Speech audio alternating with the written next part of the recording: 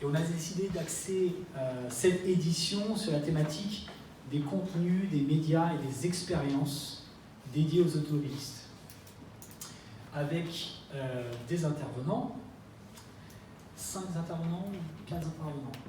Céline Puig de chez Weedy va nous présenter l'assistant personnel Mi-Homme, Mi-Robot, dédié aux automobilistes. Déborah Papiernik de chez Ubisoft. Ludovic Billet de chez Toyota, marketing. Et Nicolas Becrémier de chez Navia. La dernière fois, c'était il y a un mois, c'est le Tech Meetup Smart Transport chez Virtuo. Virtuo, d'ailleurs, Mathieu est là, qui fait de la location automobile 100% digitalisée. Et il nous a présenté la technologie derrière cette start-up. Les prochaines éditions. Le mois prochain, le 13 décembre, chez Léonard. Léonard, c'est le labo d'innovation de Vinci, du groupe Vinci, à Paris. On va parler de la connectivité pour les véhicules connectés autonomes. Et on va inviter quelqu'un de chez Orange, quelqu'un de chez Renault, et nous présenter les technologies qu'ils vont implémenter pour la connectivité entre les infrastructures et les véhicules. Et le 23 janvier, chez Transatel, on a des représentants ici. Alors c'est encore télécom. Donc un plaisir de faire chez vous le 23 janvier pour un meet-up voiture connectée et autonome. Donc ce soir, nous sommes chez Oath. On va parler des contenus et des expériences. Et pour ceux qui ne connaissent pas Oath, Eric Marie va nous présenter. Merci beaucoup. Merci Laurent, bonsoir à tous. Alors, pour ceux qui ne savent pas quand c'est Hauss, c'est facile, c'est comme le boulevard Haussmann. Donc c'est un petit moyen mémotechnique. Et je me suis dit que c'est plus qu'une... Si je le vois, l'ouvrir ici. Ah, la petite clé. Petite clé. Ça, c'était pas prévu. Je sais, c'est pour ça que... Et en fait, je sais pas comment la faire apparaître. C'est pas grave. On va improviser sans slide. Donc vous êtes chez Hauss, qui est la plus grande fusion dans l'univers digital et qui a eu lieu il y a à peu près 1 an et demi, puisque au sein du groupe, Verizon, il y a eu d'abord l'achat d'AOL, puis le rachat de Yahoo, et la fusion d'AOL et de Yahoo au sein de Verizon a donné la naissance de Hauss il y a 18 mois, avec en plus la distribution de tout l'univers Microsoft sur le digital dans la partie display. Donc c'est un challenge, on est à la fois un média, et donc on est aujourd'hui la 3e audience en France derrière Google et Facebook, avec Yahoo et MSN pour les principales marques. On est à la fois des technos de monétisation dans l'univers digital, monétisation pour les éditeurs, monétisation pour les annonceurs et les agences, et on a de la data qui va irriguer l'ensemble des deux activités, médias ou techno-publicitaires. Et donc, pourquoi accueillir le Meetup Auto? Tout simplement parce que la catégorie auto, alors en ce moment, je pense que c'est le retail qui est juste passé devant, mais est notre première catégorie d'investisseurs, avec Mélanie et Olivier qui en sont particulièrement dédiés au sein de Hauss, que ce soit bien sûr sur la partie média, on va dire plus traditionnelle, mais également sur les usages en termes de data et de techno-publicitaire. Et donc c'est dans cet esprit qu'on vous reçoit ce soir. Certains d'ailleurs connaissent un peu les locaux, alors viennent dans des moments où il fait un peu plus chaud, et donc on a la chance d'avoir une terrasse 360 sur Paris, mais je pense à Toyota notamment, qui a un déjeuner qu'on a pu faire, mais on engage en permanence sur l'automobile, puisque la transformation, elle est bien évidemment la façon de connecter avec les consommateurs, mais aussi de consommer, c'est le sujet de ce soir.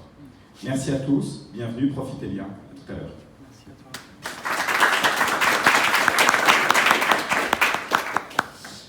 Très bien, on va commencer tout de suite avec Céline. Je vais ouvrir le petit fichier.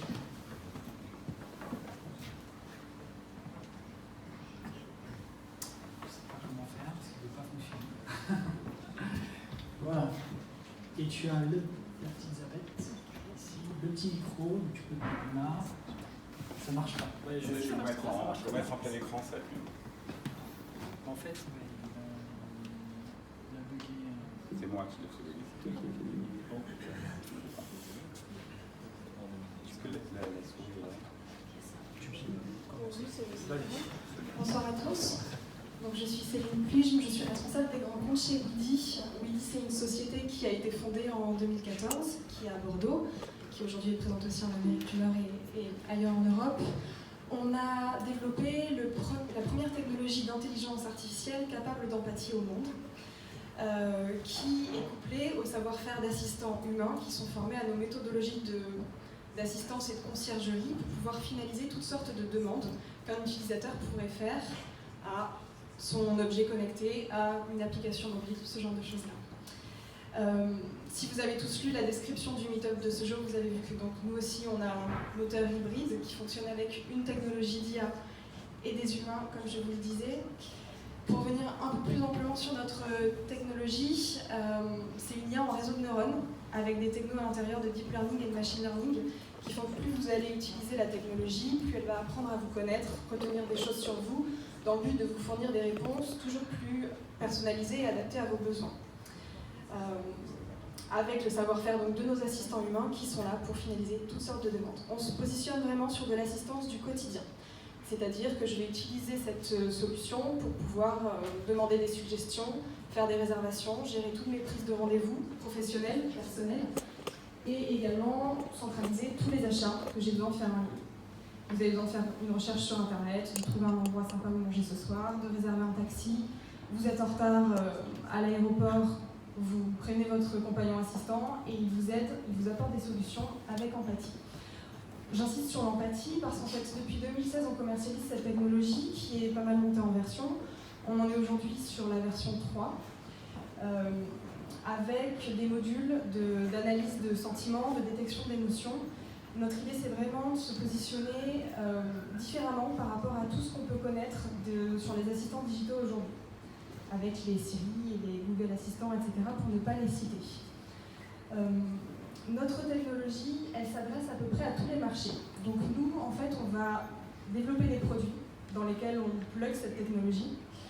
On travaille en marque blanche et en B2B2C, puisque l'idée, c'est d'assister tous les clients de nos clients. Donc sur des gros volumes, on se positionne sur du mass market. Et en fait, cette technologie, avec cette plus-value IA et humain, elle va répondre à tous les marchés, puisqu'aujourd'hui, on a tous les grands groupes qui sont dans des réflexions de « je cherche à apporter des services innovants, différenciants, fidélisants ». Sauf qu'aujourd'hui, les conciergeries de luxe répondent qu'à une certaine gamme et à un certain marché, un positionnement client qui est très axé sur le premium. Le process est un petit peu chronophage aussi, ça se fait par téléphone, c'est un petit peu à l'ancienne. C'est vraiment une niche, et à côté de ça, on va avoir des technologies d'assistants digitaux qui sont très basiques en termes d'IA, en termes de puissance de moteur d'IA, qui ne vont pas répondre à la demande. D'ailleurs, il y a très peu d'utilisation de tous ces assistants qui sont un peu vocation gadget, tout simplement parce que les attentes sont tellement faibles que les gens n'utilisent pas vraiment ces produits-là. Pour rentrer un peu plus dans le vif du sujet, cette année, on s'est positionné avec notre nouvelle version sur de nouveaux marchés, puisque la plus-value de notre version 3 de la technologie, c'est qu'elle est multiple gamme, et multilingue évidemment, pour le marché international.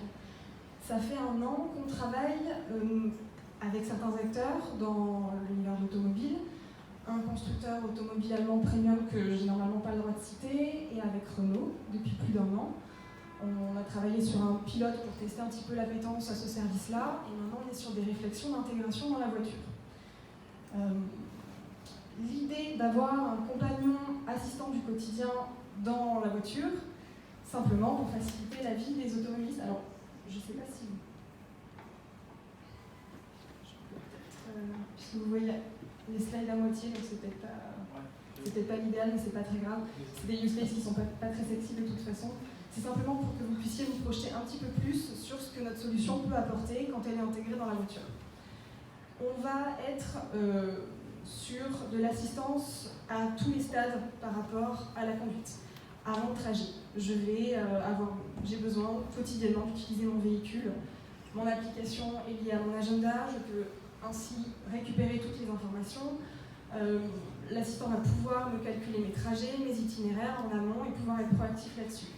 Également, m'alerter sur toutes les données du véhicule.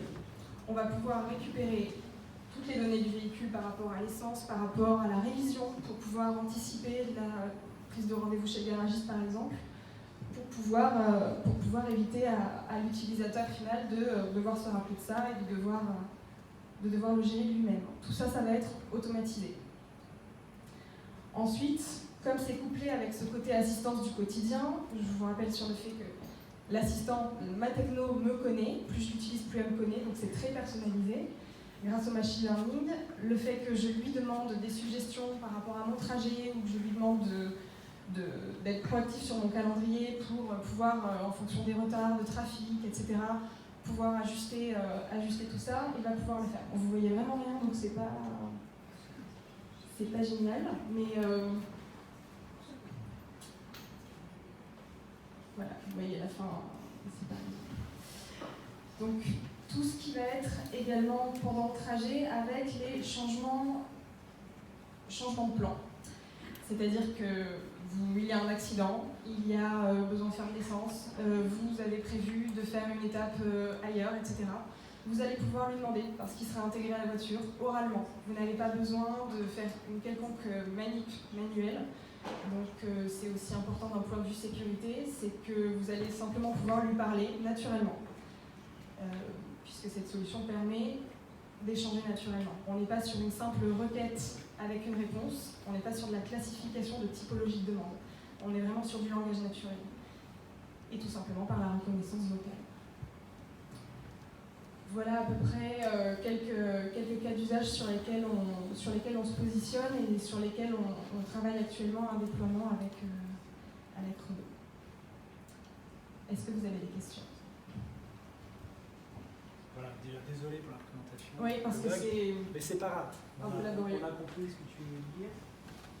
Et puis maintenant, vous posez vos questions, si vous en avez. Je ne suis pas sûr qu'on ait besoin du micro, mais allez-y. Est-ce que vous pouvez faire Michel Hauss, est-ce que vous pouvez me dire, si vous l'avez évoqué, les fournisseurs en fait, de contenu et de data qui permettent d'alimenter l'adresse, le changement d'itinéraire, la station-service, etc. Oui, parfait.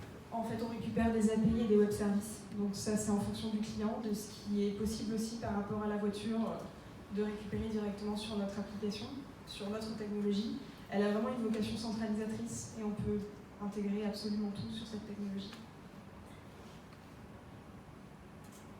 Vous pouvez vous présenter rapidement. Oui, Olivier Denel, Nexel. On vous prévient quand vous faites le plein, mais vous devez d'abord renseigner quelque chose pour dire que vous avez fait le plein ou qu'il y a de l'essence ou pas.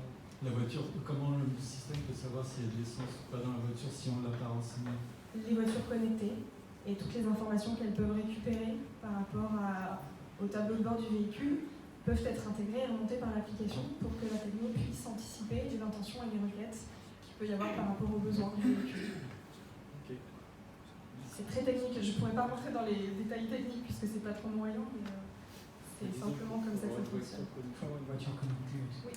Mais s'ils travaillent avec les constructeurs, vraiment c'est plus simple. Oui, on travaille avec les constructeurs pour ça. Ouais. Donc forcément, on a besoin de récupérer certaines choses de leur part, ils ont besoin de développer certaines choses pour qu'on puisse mettre en commun. François? Ouais. Justement, je rebondis sur la question sur la source des contenus. Est-ce qu'il n'y a pas des contraintes réglementaires dans certains pays qui vous limitent les contenus accessibles? Je pense à la Chine, par exemple, vous ne pouvez pas aller chercher des contenus sur Google ou sur autre chose. À la Chine, c'est très compliqué, parce qu'en fait, cette technologie, au-delà de gérer des contenus par rapport aux véhicules, ça gère aussi des données personnelles. Donc, pour le moment, on n'est clairement pas positionné sur le marché chinois. On a essayé quand on a lancé les produits avec Woody, mais c'est pas du tout notre cible de marché pour le moment. Maintenant, pour le reste, on est absolument GDPR compliant et tout ce qu'il faut par rapport aux sécurités. Et les constructeurs avec lesquels on travaille ont aussi des contraintes qui doivent être respectées par rapport à la mise en place et à la récupération des données. Donc c'est toujours fait de façon très cadrée et étape par étape. Donc là, aujourd'hui, ça marche en Europe?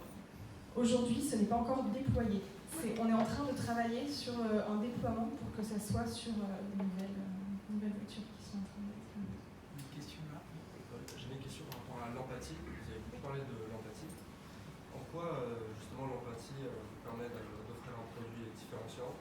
Et à quelle mesure en fait est-elle intégrée dans votre produit aujourd'hui? Alors oui, c'est une bonne question et je ne suis peut-être pas allée suffisamment au bout de ça. C'est par rapport à la détection d'intention et la détection d'émotion.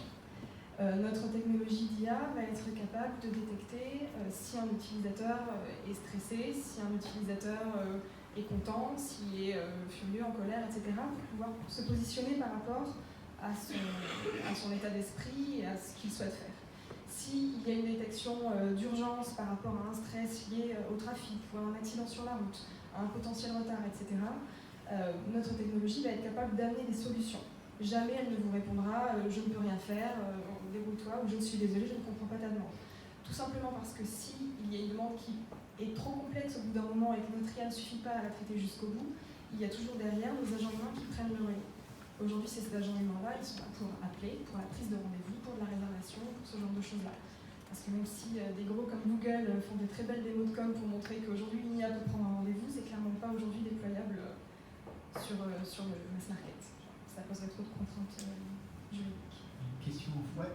Quel est le pourcentage entre l'humain et l'IA dans la répartition du travail? Alors c'est assez difficile de vous répondre de façon très précise puisqu'on lance juste notre nouvelle techno depuis un mois. L'idée à terme, en fait c'est comme un enfant à qui on va apprendre à parler et à qui on va apprendre à réfléchir. Donc en fonction de l'usage des utilisateurs, etc., on va pouvoir réajuster les intentions, etc., pour que avec le scoring, la technologie devient de plus en plus puissante. L'idée, l'objectif qu'on a aujourd'hui, c'est 80% IA et 20% humain. Et c'est un objectif qu'on a tout intérêt à tenir, puisqu'en début d'année, on lance des déploiements sur des centaines de milliers d'utilisateurs, avec des recrutements derrière, forcément en conséquence. Donc, pour le moment, sur les tests qu'on a fait jusque-là, on est sur des bons ratios par rapport à ce qu'on s'était fixé. Quelles sont les technologies que vous employez pour capter justement le niveau de stress? Et est-ce que vous pouvez couper votre technologie avec d'autres capteurs qui existeraient dans le véhicule? Potentiellement oui. Aujourd'hui, vous dire qu'est-ce qu'on utilise comme technologie, je ne peux pas parce qu'en fait, c'est que des modules qui sont couplés dans notre moteur d'IA qui sont développés en interne. On a un laboratoire R&D en France, également à Montréal. Donc tout est développé en interne sur le moteur d'intelligence artificielle. Et tous les modules d'analyse de sentiments, de détection d'émotions, etc.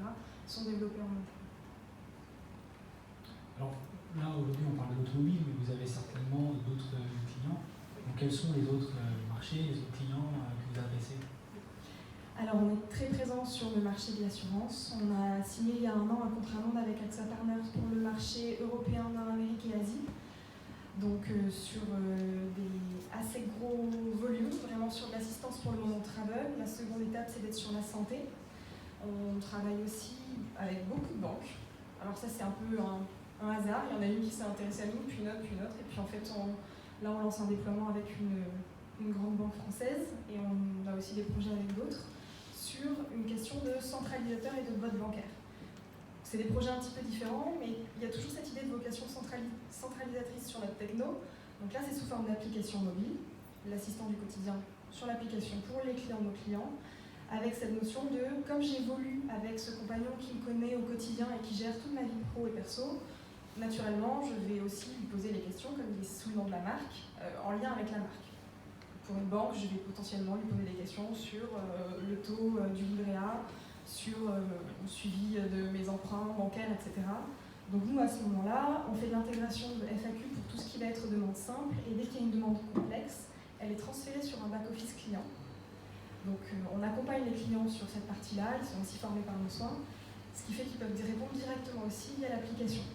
Donc en fait, l'utilisateur n'attend pas sur des hotlines 10 minutes au téléphone, n'a pas 46 opérateurs différents pour pouvoir trouver quelqu'un qui a finalement la bonne réponse à sa question. Toutes les demandes simples, réponse immédiate. Toutes les demandes complexes, réponse immédiate. Et c'est aussi un gros gain financier pour les grands groupes, puisqu'aujourd'hui, gérer des plateaux de call center, c'est très chronophage et c'est très coûteux. Donc on a aussi cette solution-là, et un positionnement un petit peu différent. On a des groupes qui vont vraiment se positionner sur de l'assistance du quotidien, d'autres sur la vocation plus centralisateur de la marque. Donc ça dépend des projets et des positions des grands groupes. Vous êtes à Bordeaux, une trentaine de salariés. On est une quarantaine à Bordeaux. On On est une quarantaine à Bordeaux, une grosse dizaine à Montréal. On est en train de recruter aussi sur Barcelone. Et là, on recrute une cinquantaine de personnes sur le début d'année pour pouvoir justement suivre les gros déploiements qu'on va avoir. Et 50 autres sur la fin du premier trimestre. Pépite. Voilà, on passe en mode scale-up, donc c'est plutôt satisfaisant. Bravo et merci beaucoup d'être là. Ben, merci à vous. Bonne soirée. Merci.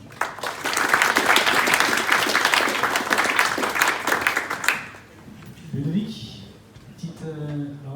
Ludovic, là, petite annonce sur ton événement que tu organises au mois de février à Bruxelles. Merci Laurent, merci beaucoup. Juste une petite interruption publicitaire, merci. Connected Driver and Smart Mobility, c'est un événement qu'on organise à Bruxelles depuis 6 ans. Dans la salle, il y a pas mal de gens. Si vous voulez lever le doigt, ceux qui sont déjà venus.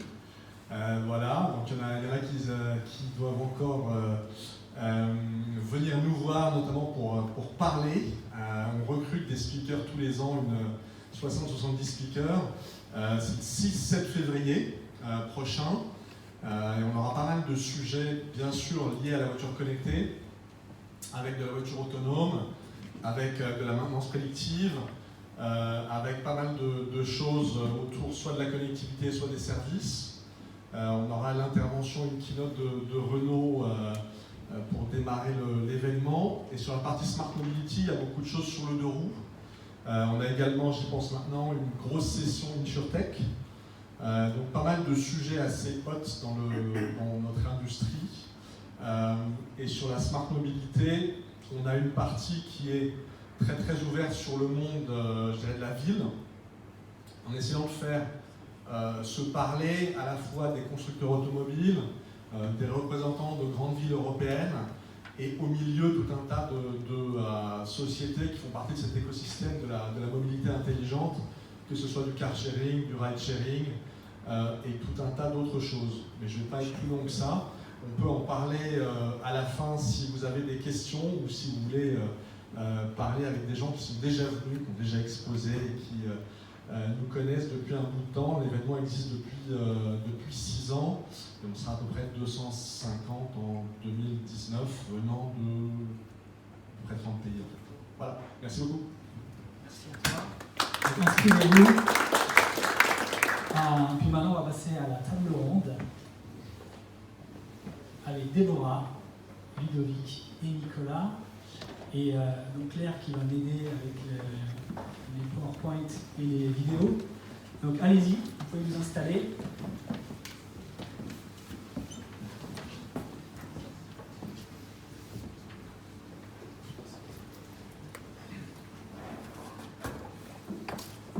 Bonsoir. Merci d'être là. Alors, en France, 40 millions d'automobilistes qui roulent en moyenne 40 minutes par jour. En Ile-de-France, c'est un peu plus, 1 heure par jour. Alors, jusque quelques années, ils écoutaient uniquement la radio en voiture. Après, il y a le smartphone qui est venu. Et après, on a pu connecter le smartphone au système multimédia de la voiture. Et donc, les gens ont abandonné la radio, enfin, pas tous. En tout cas, les recettes publicitaires ont quand même assez fondu. Et puis les gens, ils écoutent sur Spotify, Deezer. Quels sont les nouveaux contenus, les nouveaux médias dans l'automobile à l'ère de l'iPhone? Puis après, bientôt, les véhicules seront autonomes. Donc là, au lieu de conduire, dans certaines situations, on pourra faire plein de choses. Quoi? C'est ce dont on va parler ce soir. On va voir de quoi Déborah peut nous présenter ce soir, Ludovic de chez Toyota et Nicolas de chez Navia. Donc déjà, je vais vous laisser prendre le micro chacun et vous présenter. Donc on va commencer avec Déborah de Ubisoft. Donc tout le monde connaît la marque Ubisoft. Après, je pense que un autre, quand je vois les générations ici, peut-être que tous ne sont pas forcément des utilisateurs de vos jeux, donc c'est pour nous rappeler Ubisoft ce que c'est en quelques mots, s'il vous plaît. Est-ce que vous voulez que je me lève? Parce que c'est peut-être... Avec plaisir. Ouais, ok. Ça fonctionne? Oui, si vous voulez. Vous voulez le micro? Pas de micro? Micro? Bonsoir. Donc, Ubisoft... Non, ça marche pas. ça marche plus. J'ai touché un truc? Micro. Bon, on va reprendre. Oui? Non? Oui, c'est bon. Ok, donc... T'es sur le... Je suis sur le... Le petit... la petite... dentelle. Merci. Là, c'est bon. Voilà, ça y est. Ubisoft existe depuis plus de 30 ans. On est le 3e éditeur mondial de jeux vidéo, société française créée par 5 frères bretons. Société indépendante qui souhaite rester indépendante, qui est en bourse, qui a eu pendant 2 ans et demi une attaque, une volonté d'OPA, tout ça, mais ça y est, on s'en est sorti, tout va bien, on a retrouvé notre indépendance. Ubisoft, c'est 15 000 personnes dans le monde. Headquarter à Paris, mais nos plus gros studios sont au Canada, à Montréal en particulier. C'est des studios vraiment dans le monde entier, à la fois des studios, des filiales de distribution. Les marques les plus connues, c'est Assassin's Creed, The Division, tout l'univers Tom Clancy, Just Dance, Les Lapins Crétins, Rayman, Mystique aussi, qui est du jeu de sport de montagne et des jeux de voiture. Voilà. Donc on est un peu sur tous les secteurs, on ne fait pas de foot. C'est quelqu'un d'autre qui s'en occupe. Rainbow Six, très fort dans l'e-sport aussi. C'est énormément de consommateurs, très fidèles et des communautés très engagées. C'est vraiment des communautés de passionnés. Vous parliez tout à l'heure d'audience. En fait, l'âge moyen du joueur, il a un peu évolué. Hein. Aujourd'hui, c'est 34 ans. C'est pas 17 ans et demi. Et tout le monde joue. En fait, quand vous faites une partie de Candy Crush dans le métro, vous êtes un joueur aussi. Pendant longtemps, on a fait la distinction entre les casual gamers et les hardcore gamers. Et ben, finalement, on ne parle plus de casual et hardcore parce que quand vous jouez à Candy Crush toute la journée, parce qu'en fait, pour de vrai, vous y jouez beaucoup, tout le temps. Si on additionne toutes les minutes passées sur ce genre de jeu, ben, peut-être que vous jouez plus longtemps qu'un joueur d'Assassin's Creed. Voilà, donc cette distinction-là, elle n'existe plus. On parle plutôt de genres de jeux ou de consommateurs qui vont aller chercher des choses différentes dans les jeux. Il y en a qui vont vouloir explorer, il y en a qui vont vouloir faire de la stratégie, il y en a qui vont vouloir faire du sport. Il y a toutes sortes de choses. Il y a des gens qui veulent jouer en solo, des gens qui veulent jouer à plusieurs. Donc en fait, ça évolue beaucoup. Il y a aussi quelque chose de très fort qui a évolué, c'est le passage d'un produit à un service. En fait, avant, moi ça fait 20 ans que je travaille chez Ubisoft et by the way, je ne joue pas. C'est-à-dire que le pad, en fait, j'en suis encore à regarder où est le X et le A pour jouer. N'empêche que j'adore cette industrie, parce que c'est une industrie d'abord qui est plutôt fun, les gens sont sympas, ils sont fun, c'est des passionnés, et aussi parce que c'est une industrie qui est la rencontre de la technologie, de l'art et de l'entertainment. Et du coup, ça, c'est 3 domaines qui sont en évolution permanente. Et en fait, chaque innovation hardware ou software est l'occasion de créer des nouvelles façons de jouer. Un exemple tout bête, quand Nintendo a créé la Wii, nous, on a inventé des jeux qui invitaient le joueur à se lever de son canapé. Et ça a été une révolution pour nous. Donc chaque innovation est là pour nous forcer dans le bon sens, nous forcer à innover. Le passage du jeu produit au jeu service, ça fait qu'avant, on développait un jeu et on avait des centaines de personnes qui développaient le jeu. Et quand le jeu arrivait sur le marché, c'était terminé. L'équipe de développement avait fini, elle pouvait passer à autre chose. Et l'équipe marketing avait fini aussi, elle pouvait passer à autre chose. Aujourd'hui, quand un jeu sort, c'est que le début. Et on continue à garder des équipes de développement et on continue à garder du marketing. Cette évolution là, du produit à service, tous les secteurs sont en train de vivre. C'est la conséquence du digital, de l'Internet. Et donc vous, quelques exemples en termes financiers, économiques, qu'est-ce que ça change pour Ça change énormément. C'est-à-dire qu'avant, nos jeux, on vendait 80% d'un nouveau jeu qui sortait, on vendait 80% des unités dans les 3 premiers mois. Ça, c'est fini aujourd'hui. Les gens savent que les jeux continuent à vivre, donc un jeu reste intéressant même plus tard. Et surtout, à partir du moment où on achète un jeu, on a un certain contenu dans le jeu qu'on achète, qu'il soit physique ou digital, ça n'a pas d'importance. Le support n'a aucune importance. Aujourd'hui, on fait 50% des ventes en digital, mais il reste des boîtes. Et après, on sait que pour ce prix qu'on a payé au départ, on va avoir des évolutions dans le contenu, mais pas seulement des corrections de bugs. On a aussi des contenus supplémentaires, des nouveaux modes de jeu, des missions supplémentaires, etc., qui peuvent être disponibles gratuitement ou en mode payant, ça dépend. Et ça a changé aussi toute la vision des financiers sur notre industrie. Ouais. Avant, on était extrêmement dépendant de chaque sortie. Donc, maintenant, vous avez des revenus récurrents. On a des revenus récurrents, c'est toujours pas top si un jeu sort de l'année fiscale, mais c'est gérable, alors qu'avant ça l'était pas. Donc c'est combien d'employés dans le monde? Donc c'est 15 000 employés dans le monde et c'est un chiffre d'affaires qui devrait être autour de 2 milliards d'euros cette année. Bravo, merci pour la présentation. Avec plaisir. Ludovic, donc directeur marketing de chez Toyota pour le coup là. Alors, on connaît bien, champion, leader mondial de l'automobile. Alors qu'est-ce que vous pouvez nous dire un peu plus sur Toyota? Bonsoir à toutes et à tous, je me suis levé aussi du coup. Déjà pour vous présenter brièvement Toyota, donc Toyota c'est 10 millions de voitures par an, donc on est dans le top 3. C'est également 12 millions de voitures hybrides, et l'hybride c'est vraiment, je dirais, notre marque de différenciation sur le marché automobile. Et peut-être plus intéressant encore, c'est 10 milliards de dollars d'investissement en R&D par an, ce qui nous met là aussi dans le top 10, toutes industries confondues en termes de recherche et développement. C'est un point très important parce que le groupe est très attaché à son indépendance en termes de technologie, et ça nous permet d'investir dans deux types de technologies. D'une part, les motorisations alternatives, c'est l'un des grands sujets du moment dans l'industrie automobile. L'hybride bien sûr, mais également l'électrique et la pile à combustible, que l'on perçoit comme vraiment une solution avec un très fort potentiel pour les années à venir. Ça c'est le premier volet qui, je dirais, contribue à une part très importante de nos investissements. Le deuxième volet, et c'est celui qui nous intéresse un peu plus aujourd'hui, c'est tout ce qui est lié à la voiture connectée et aux nouvelles solutions de mobilité. Et dans ce cadre-là, on a investi dans différentes structures. D'une part, Toyota Connected, qui est un réseau en fait, qui est implanté à la fois aux États-Unis, en Europe, en Asie. Et puis également ce qu'on appelle le Toyota Research Institute, qui est implanté dans la Silicon Valley et qui travaille spécifiquement sur toutes les problématiques liées à la voiture autonome.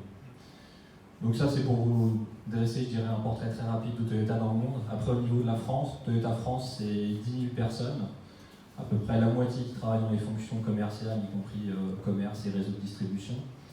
Et puis également la moitié qui travaille à l'usine de Valenciennes, puisqu'on a la chance d'avoir une usine en France à Valenciennes qui produit la Yaris. Et dans les points forts, en tout cas les points de différenciation de Toyota en France, on a la fierté donc, de produire la Yaris Made in France, et notamment en version hybride, qui est la seule hybride produite en France. Et puis également, je dirais, le plaisir ou la chance d'avoir un centre de design à Sophia Antipolis. Il y a peu de gens qui le savent, mais Toyota en France est à la fois une usine dans le nord de la France, mais également un centre de design qui fait partie des 4 principaux centres de design de Toyota dans le monde. Les 3 autres étant à la fois au Japon, en Chine et puis aux États-Unis. Pour terminer un petit peu ce portrait rapide, la France est également une terre d'expérimentation pour Toyota, dans le sens où on a eu 2 expériences pilotes sur les 10 dernières années. La première à Strasbourg, avec la ville de Strasbourg, on a mis une flotte d'une 50aine de Prius rechargeables en opération grandeur nature, et puis un peu plus récemment à Grenoble, avec le véhicule Aero, qui est une sorte d'hybride entre un scooter et une voiture, qu'on a mis en solution d'essai d'autopartage, en solution de transport multimodal connecté avec le réseau de transport public de la ville de Grenoble. Donc voilà pour vous présenter rapidement Toyota. Merci. Merci.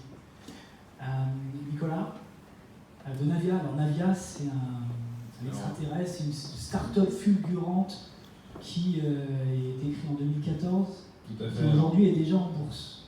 Exactement, on est une jeune société, on est loin encore de Toyota.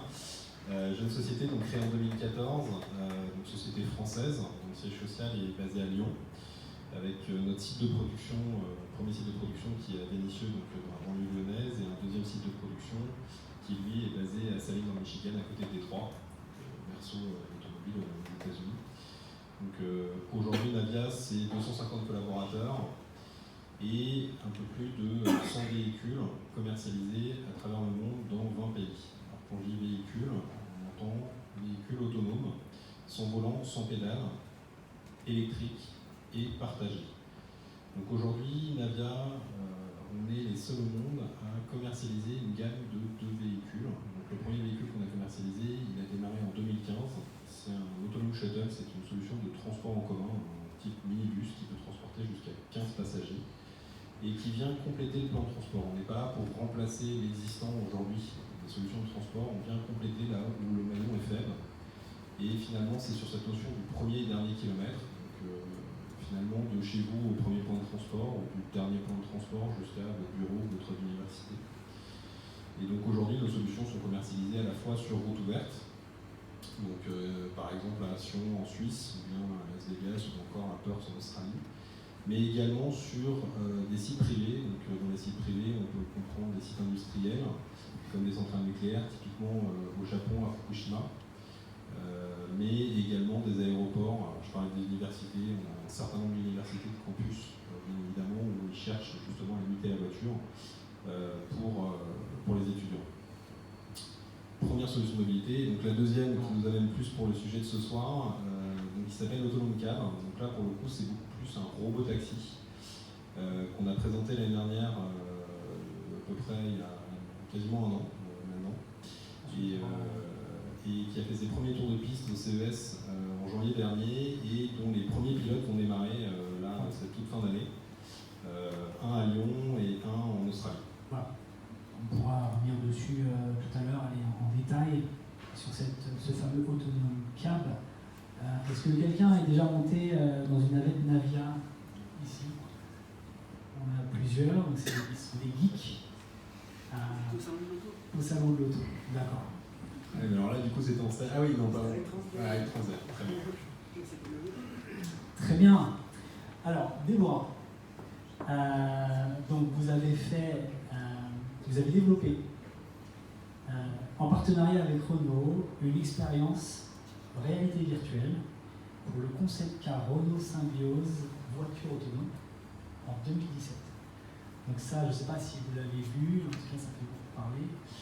Donc ça nous intrigue et ça rentre bien dans la thématique du jour. Donc si tu peux nous présenter cette expérience, on a une petite vidéo qu'on a montrée. Oui, on l'a lancée peut-être après, comme ça voilà, j'explique. après, et si tu peux nous expliquer pourquoi, qu'est-ce que c'est que cette expérience? Donc moi, mon job chez Ubisoft aujourd'hui, c'est tout ce qui est nouveau business. C'est prendre les marques ou les expertises d'Ubisoft et les emmener dans d'autres domaines, soit pour que nos consommateurs retrouvent nos marques dans d'autres activités, soit pour conquérir de nouveaux publics. Et il y a aussi toute une partie où on met les expertises du jeu vidéo au service de l'innovation dans d'autres domaines. C'est dans ce cadre-là qu'on a fait ce partenariat avec Renault. Donc on discutait déjà avec Renault depuis un moment, mais on ne trouvait pas... On avait envie de bosser ensemble, mais on ne trouvait pas le projet. Jusqu'au moment où ils se parlaient en disant, voilà, on a ce projet de démonstrateur, de prototype de voiture autonome, voiture autonomie niveau 4. Donc la voiture qui se conduit toute seule sur l'autoroute, qu'on va présenter à la presse, une centaine de journalistes du monde entier. C'était donc pour décembre 2017, sur route ouverte, sur la 13. Et on dit, pour cette expérience, on cherche une expérience d'entertainment qui soit spécifique à la voiture, qu'on ne puisse pas jouer dans son salon, qui montre que la voiture est connectée à son environnement et qui procure de l'évasion. Donc à partir de là, un brainstorm, parce que c'est quand même pas évident. La partie la plus difficile, c'était pas l'évasion, parce que ça on sait faire dans le jeu vidéo. La partie la plus difficile, c'était pas montrer que c'était connecté. On se dit, on va connecter, puis ce sera connecté, et puis basta. La partie la plus difficile, c'est comment on fait quelque chose qui est spécifique à la voiture et qu'on ne peut pas jouer dans son salon. Et finalement, dans toute la vision de Renault de ce concept Symbiose, ça venait après le salon de l'auto où ils avaient présenté le concept car Symbiose. Donc le concept car Symbiose, c'est une voiture dorée. Quand on est dedans, on a l'impression d'être dans son salon.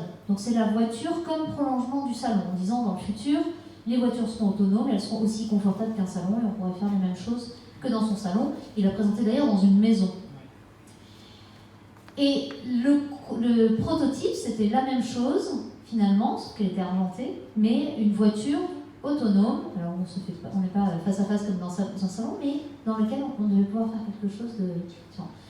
Et du coup, on a dit, ce qui différencie finalement le salon de la voiture, si la voiture reste est aussi confortable qu'un salon, c'est le fait qu'elle soit en mouvement. Donc en fait, il faut qu'on joue sur le mouvement. Donc on a proposé une expérience qui serait connectée aux données du trajet en temps réel. Donc connectée au système de la voiture, qui communique avec la route, qui voit son environnement, le trafic environnement, etc. Ensuite, on s'est dit, ok, alors, bon, déjà, on sait ce qu'on va faire dans la philosophie du truc, on a à peu près compris ce qu'on allait faire maintenant, quel contenu, et puis quel support. on s'est dit tablette. Bon, c'est pas hyper immersif, hein, donc on dit pas tablette. Ensuite, on s'est dit, ok, quid des écrans qui sont dans la voiture. Et on dit, non, ça, on est en train de les travailler avec LG, c'est en développement, vous ne pouvez pas intervenir là-dessus. Ok, donc pas possible. Ensuite, on dit, bah, soyons fous. Dans la voiture, il y a des vitres partout, donc est-ce qu'on ne peut pas faire quelque chose avec les vitres? On se dit, oh là là là, attendez, on n'en est pas là. Et puis, les projections sur les vitres, ça existe, mais ça va être un peu compliqué. Et les vitres qui sont des écrans, ça existe, mais elles ne sont pas encore sécurites et puis elles ne sont pas complètement transparentes, donc ça ne va pas être possible. On dit ok, bon, nous le top de l'immersion aujourd'hui, ce qu'on sait faire, c'est de la VR. Et du coup, j'ai proposé la VR en disant, est-ce que vous pouvez quand même poser la question à la com chez vous pour savoir s'ils sont ok pour que les journalistes qui vont tester la voiture mettent un casque de VR sur la tête. VR, réalité virtuelle. Pardon, excusez-moi, réalité virtuelle. Un casque de réalité virtuelle sur la tête. Et là, la com a dit, mais c'est génial cette idée, parce que par une simple photo dans la presse, on va pouvoir illustrer le fait que cette voiture, elle est hands off, eyes off, mind off. Donc finalement, ils se sont dit, mais en plus de l'expérience du journaliste qui va trouver ça sympa, dans la presse, on va aussi pouvoir illustrer le concept de façon très simple. Et donc, après, on a réfléchi sur les contenus, et on a décidé de partir sur une expérience qui commence par une vision réaliste de la route, qui ensuite, donc vision réaliste de la route, c'est-à-dire j'ai le cockpit de la voiture, on a récupéré les modèles 3D de la voiture, d'une part pour que ce soit joli, mais aussi pour que quand la personne qui est derrière le volant, donc qui ne conduit plus, mais qui est à 130 sur l'autoroute, approche sa main du volant, le volant soit au bon endroit. Donc, entre ce qu'elle va voir dans le casque et ce qu'elle touche, en réalité, c'est bon. Si elle veut toucher la portière, c'est pareil. Et la portière est au même endroit. Donc en fait, on a un miroir de ce qui se passe dans la voiture. D'abord une vision réaliste de la route pour ne pas emmener les gens dans l'espace et qu'ils se disent mais alors où je suis, j'y comprends rien et qu'ils lâchent à faire. Donc on les embarque en prenant d'abord une vision réaliste de la route et on représente le trafic environnant. Donc quand on est à bord de la voiture avec le casque sur la tête, si on soulève le casque, le camion qui est en train de nous doubler dans le casque, c'est exactement celui qui est en train de nous doubler dans la réalité. En fait, vous avez inventé la réalité virtuelle et augmentée. Ça ressemble plus à de la réalité augmentée dans le sens où on se base sur la réalité et on l'augmente. Sauf que la réalité augmentée aujourd'hui, elle passe soit par le téléphone ou la tablette, donc c'est moyennement immersif, soit par des casques du type HoloLens. Je ne sais pas si vous avez essayé HoloLens. Ça a le mérite d'exister, c'est génial pour ça parce que ça nous permet nous de commencer à réfléchir à ce qu'on va pouvoir faire. Mais si on n'est pas sur du travail de précision, HoloLens, c'est tout petit comme field of view, et donc la première fois que j'ai essayé, moi je dis, mais j'ai dit au monsieur, non, ça marche pas. Il m'a dit, mais si, ça marche. Je dis, non, je vois quasiment rien. Il me dit, non, mais c'est comme ça en fait. Mais ça va évoluer. Mais aujourd'hui, c'est pas satisfaisant pour le consommateur. Donc du coup, c'est quand même un peu dans l'esprit de la réalité augmentée, et on transforme cette réalité, vous allez voir dans la vidéo, on passe d'abord d'une vision réaliste à une vision futuriste, jusqu'au moment où la route disparaît, et là vous avez l'impression de voler. Mais toute la force de ce concept, c'est qu'on a une cohérence parfaite entre ce que vous voyez à l'écran et ce que votre oreille interne perçoit du mouvement. On va regarder ça. Tu peux nous commenter. Tu nous as déjà tout expliqué, mais tu peux aussi nous commenter. Donc là, on a la Renault Symbiose sur l'autoroute. Voilà. Donc là, le conducteur, il conduit encore et il lâche le volant. Donc ça, c'est ce que voit la voiture. Donc elle voit le trafic environnant. Et on a la position exacte de la voiture sur la route. Si elle change de fil, on le voit tout de suite. Ça, c'est la première représentation qui est donc réaliste. Ensuite, on est à peu près 1 minute là-dessus. Ensuite, pendant 1 minute, on est sur la vision futuriste. Et ensuite, on passe sur cette vision où on a l'impression de voler. Et vraiment, pour avoir discuté avec les journalistes et aussi avec tout le comité exécutif de Renault, parce que tout le monde est venu tester ce truc-là, les gars, ils étaient comme des gamins, en me disant « mais j'avais l'impression de voler, j'ai oublié que j'étais dans une voiture ». Et même Renault, enfin, toute l'équipe avec laquelle on a travaillé, qui était une équipe formidable, une petite équipe hyper autonome, qui a pu avancer très très vite sur le projet, aussi finalement, pour eux, on a même été au-delà de leurs attentes, c'est-à-dire que même l'évasion, on a réussi à la faire. Donc on a répondu au brief, et c'était au point qu'à la fin, les top execs chez Renault ont dit mais il faut absolument que les décideurs chez Renault essayent cette expérience pour comprendre aussi ce qu'on veut dire quand on dit se détacher des contraintes de la conduite et oublier qu'on est dans la voiture. Et penser un peu différent quand on parle de voiture autonome. Qu'est-ce qu'on va pouvoir faire dans une voiture? Mais oui, c'est fini. On peut oublier complètement qu'on est dans la voiture. Après, ça ne veut pas dire que c'est ça qu'on aura dans la voiture. D'abord, Ça, en l'occurrence, c'est pas hyper intéressant. Donc personne ne paiera pour ça. Aujourd'hui, ce serait interdit. Aujourd'hui, ce serait interdit. On pourrait le faire pour les passagers. On pourrait dire, on prend une voiture connectée, on connecte notre système au système de la voiture.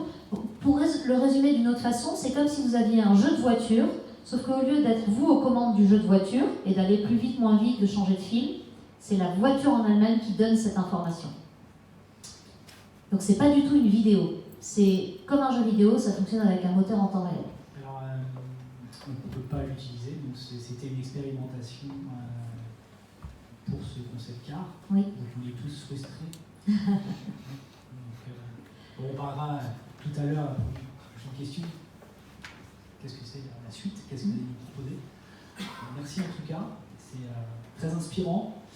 Alors maintenant, Ludovic, alors chez Toyota, vous faites aussi des voitures autonomes, vous travaillez dessus, il reviendra dessus tout à l'heure. On va revenir un petit peu en arrière, aujourd'hui. Alors, on a tous vécu le moment iPhone, ici, en 2008, où on avait nos vieux téléphones pas très intelligents, et puis on est passé au moment iPhone, après Android. Donc, pour Toyota, la voiture connectée, est-ce que c'est pas le moment iPhone pour l'automobile? Je ne sais pas si c'est le moment iPhone, ça fonctionne pas. Ça fonctionne, c'est bon? Ouais. Je ne sais pas si c'est le moment iPhone, mais en tout cas, ce qui est clair, c'est que c'est en interne, on considère que le moment qu'on est en train de vivre, c'est entre maintenant et je dirais les 20 ans qui sont devant nous, c'est la plus profonde révolution que le secteur automobile ait connue depuis sa naissance. Parce qu'en l'occurrence, si on regarde, on s'est amusé un peu à faire ça, la ville de Paris entre 1900 et 1920, on voit qu'en l'espace de 20 ans, les voitures à chevaux ont été remplacées par les voitures à moteur à explosion. Et en effet, on considère qu'aujourd'hui, ce qui va se passer entre 2020 et 2040, on va vivre une révolution de cet ordre-là. Après, pour parler de manière plus concrète de ce qu'on fait aujourd'hui en termes d'intégration de fonctionnalités de voitures connectées. La première étape qui est assez simple et je dirais qui est maintenant assez généralisée dans le secteur, c'est l'intégration de la connectivité smartphone, donc avec Android Auto ou Apple CarPlay qu'on est en train de généraliser aujourd'hui sur la plupart de nos voitures. Il y a un deuxième volet qui est un peu en lien mais qui nous permet d'avoir un meilleur contrôle sur les données qui sortent de la voiture, qui est le consortium SDL. Donc SDL, c'est Smart Device Link. C'est un consortium dont Ford, PSA, Nissan, la majorité des constructeurs japonais sont participants, donc y compris Toyota. Alors quel est l'intérêt? Pourquoi ce consortium? En fait, c'est un système qui fonctionne en open source, donc qui permet à des développeurs de développer des applications spécifiques qui seront directement intégrées dans le véhicule, mais qui ne passent pas par les GAFA et qui permettent donc de mieux contrôler en fait les données qui sortent de la voiture. Et pour une question de respect des personnels, pour une question de sécurité des systèmes? Plus pour une question en tant que constructeur, avoir un meilleur contrôle sur les données de nos véhicules et nos utilisateurs. Puisque comme ça a été évoqué tout à l'heure par ma collègue de Willy, on est forcément RGPD compliant, donc si on parle de voitures connectées, qui est le prochain sujet chez nous, il faut systématiquement qu'on demande le consentement de l'utilisateur pour que les données soient envoyées. Donc ça c'est la prochaine étape, en l'occurrence c'est demain puisque ça démarre dès janvier avec le lancement du nouveau RAV4 et puis au mois de mars avec la nouvelle Corolla qui sont les premières voitures en Europe pour Toyota qui sont équipées en série d'un boîtier qu'on appelle DCM. Donc le DCM c'est le Data Communication Module, qui est le boîtier qui est connecté au cloud, et donc si le client accepte de partager ses données, les données sont envoyées en permanence au cloud Toyota, ce qu'on appelle la MSPF, donc la Mobility Services Platform de Toyota, qui permet de traiter ces données et ensuite de fournir un ensemble de prestations aux clients, prestations qui vont de la navigation jusqu'à son dernier point, y compris quand on finit son trajet à pied ou avec un autre mode de transport, mais également des prestations un peu plus intéressantes comme la possibilité de définir un profil utilisateur, donc en fonction de l'utilisateur qui est au volant de la voiture, On va pouvoir régler certains paramètres du véhicule, dire si c'est mon fils qui prend le volant de la voiture, eh bien la vitesse est limitée à 110 km/h.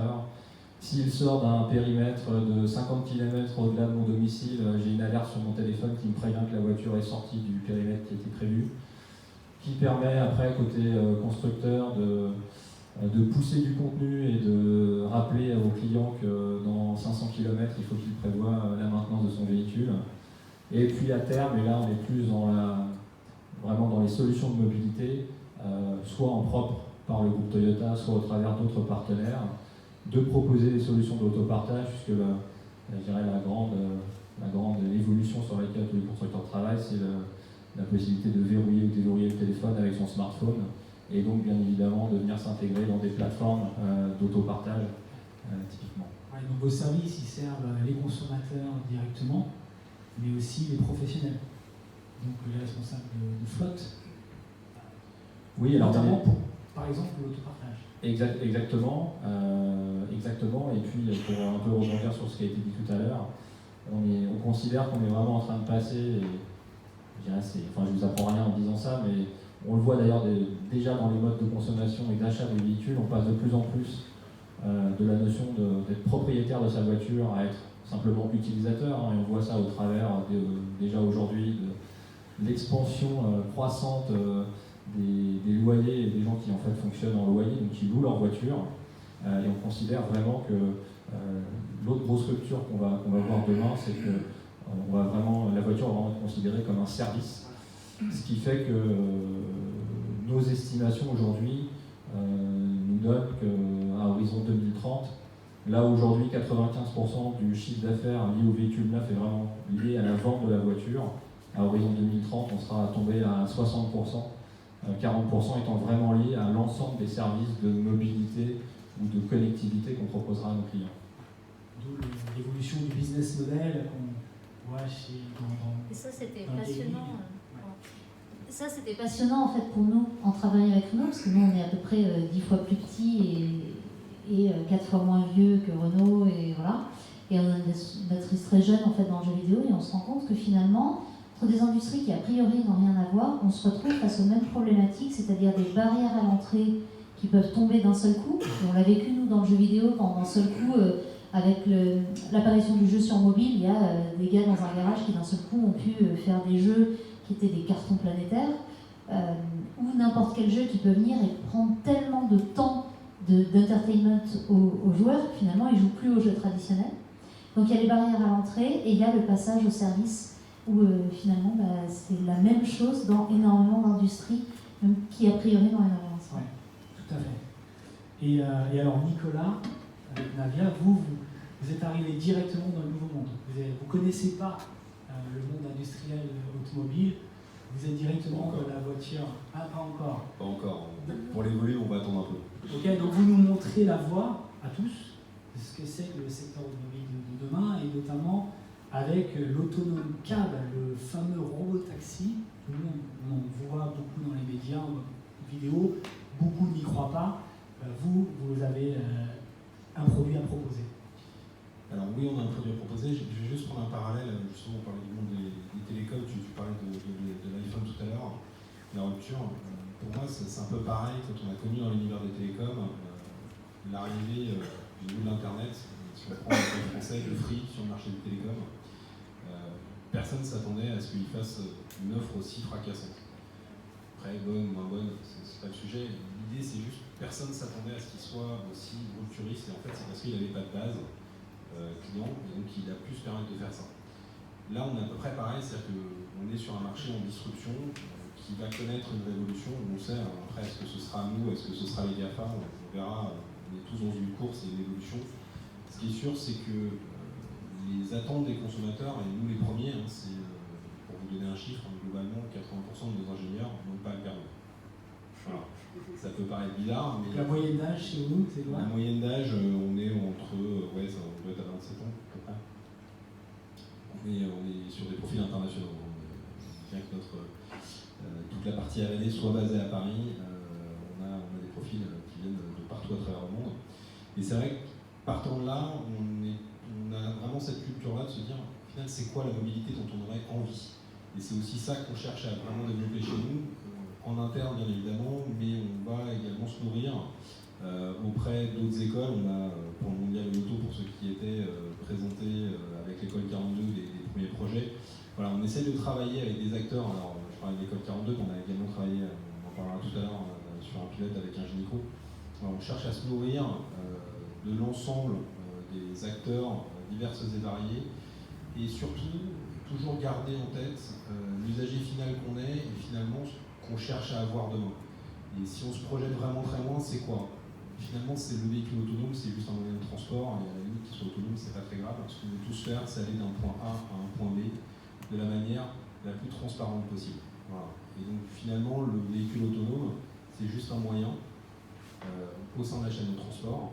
Et dans cette chaîne de transport, par contre, là effectivement, on a une expérience utilisateur à repenser complètement et un univers des médias à intégrer, parce qu'aujourd'hui, on parle beaucoup de technologie, mais l'utilisateur, d'une part, il est souvent oublié. On le voit, hein, je prends nos camarades de jeu, notamment aux États-Unis, qui sont très avancés d'un point de vue technologique, mais l'expérience utilisateur elle est un peu mise de côté aujourd'hui. Ça veut pas dire qu'ils n'iront pas beaucoup plus vite demain, mais aujourd'hui, en tout cas, ils l'oublient encore un peu.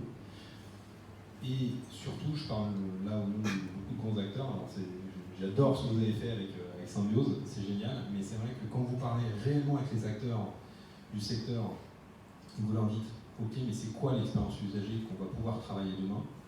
Bah là, tout le monde est là avec un grand blanc. Ouais. Alors là, on va regarder une vidéo pour comprendre qu'est-ce que c'est que l'expérience utilisateur proposée par Navia dans le cadre de l'Autonomous Cab, le robot taxi.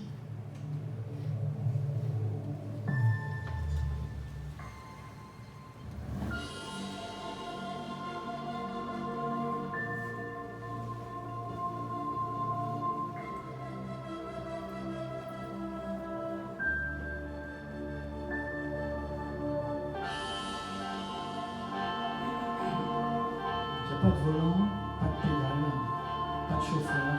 Pas de chauffeur, une banquette de 3 en fait, qui sont face-face. Une véhicule en fait qui se commande donc, par une application smartphone telle qu'on peut connaître aujourd'hui avec nos applications de taxi, Uber, Lyft, etc. On est vraiment dans une prolongation de ce qu'on peut connaître aujourd'hui en termes de démarrage des parcs utilisateurs.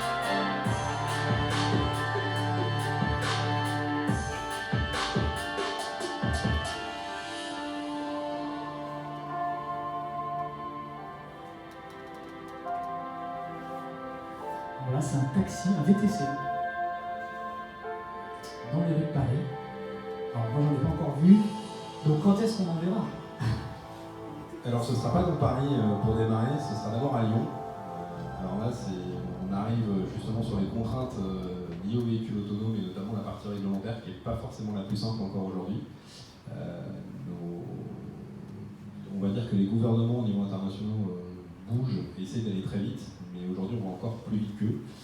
Et donc ils essaient de rattraper, mais c'est pas toujours très simple. Et donc au final on a réussi à trouver justement un terrain d'expérimentation à Lyon pour la partie française. Aux États-Unis on est toujours en recherche et en discussion, et donc en Australie. Donc pour les premiers démarrages des tests techniques, Lyon cette fin d'année, et donc tout début d'année on va commencer à prendre des passagers à Lyon.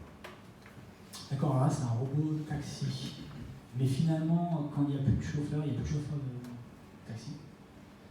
Qu'est-ce qu'on peut faire dans un robot taxi? On peut faire plein de choses. Donc quels sont les cas d'usage, ou le premier cas d'usage que vous proposez en termes d'expérience? Alors dans les cas d'usage, justement je parle d'un gynéco, on a réfléchi à différents cas d'usage qui pouvaient se présenter de manière, en tout cas les plus simples et ceux qui peuvent nous venir les premiers en tête. Et quand on s'est fait justement nos premières réunions avec un gynéco, finalement on s'est dit...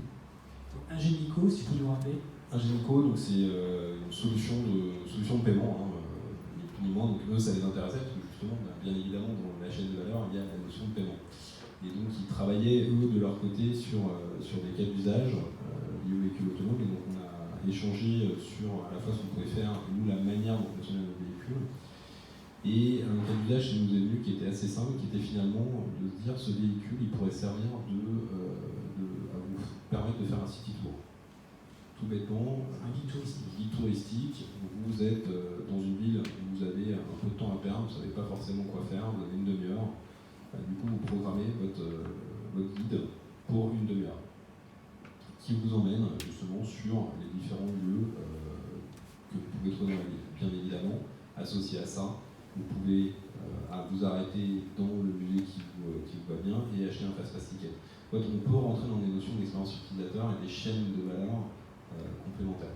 Donc c'est un cas d'usage extrêmement simple. On a commencé à réfléchir sur des cas d'usage beaucoup plus complexes, mais c'est là où je reviens à mon point d'aujourd'hui, où on se situe par rapport à ces notions de médias. C'est la majorité des acteurs avec lesquels on échange nous disent c'est super, mais vous n'êtes pas encore à grande échelle. Et donc nous, finalement, développer autant de choses pour faire un POC sur une ville, je prends Lyon, je prends Perth, n'importe où dans le monde, bah, finalement, on n'a pas forcément envie de le faire.